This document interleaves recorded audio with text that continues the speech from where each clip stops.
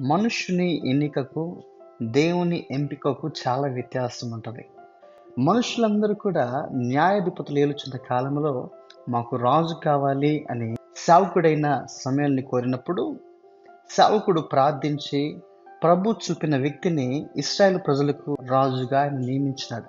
ఆయన పేరు సౌలు. సౌలు కొంతకాలం బాగానే ఉన్నాడు, కానీ తన జీవితంలో అన్నిటా స్థిరపరచబడిన తర్వాత దేవుని యొక్క మాటకు వ్యతిరేకంగా ప్రవర్తించడం ప్రారంభించాడు. దేవునినే విస్మరించినాడు. దేవుడు మరలా చొరవ తీసుకొని తన సేవకుని పంపించి హెచ్చరిక చేశాడు. అప్పటికి కూడా దేవుని బిడ్డలారా తన తప్పిదమును ఒప్పుకొనక కప్పుకోవడానికి ప్రయత్నం చేశాడు. అందుకనే తనకివ్వబడిన ఆధిక్యత, ఆ సింహాసనాన్ని అతను కోల్పోయాడు. అయితే గమనించండి, దేవుని ఎంపికలో ఉన్న వ్యక్తి మరొక వ్యక్తి ఉన్నారు. ఆయన పేరు దావీదు. దావీదు కూడా పొరపాట్లు చేయలేదంటే పొరపాటు చేశాడు.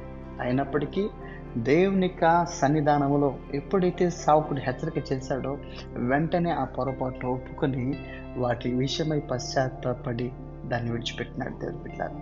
మరి అన్నడు కూడా అట్టి పొరపాటు ఆయన చేయలేదు.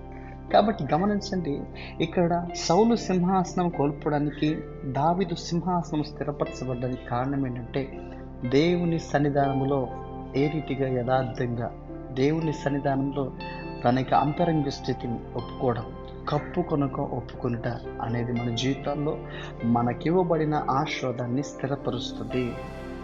దేవుని బిడ్డలారా, మనలో ఒక శ్రేష్టమైన సాక్షిగా నిలబెడుతుంది.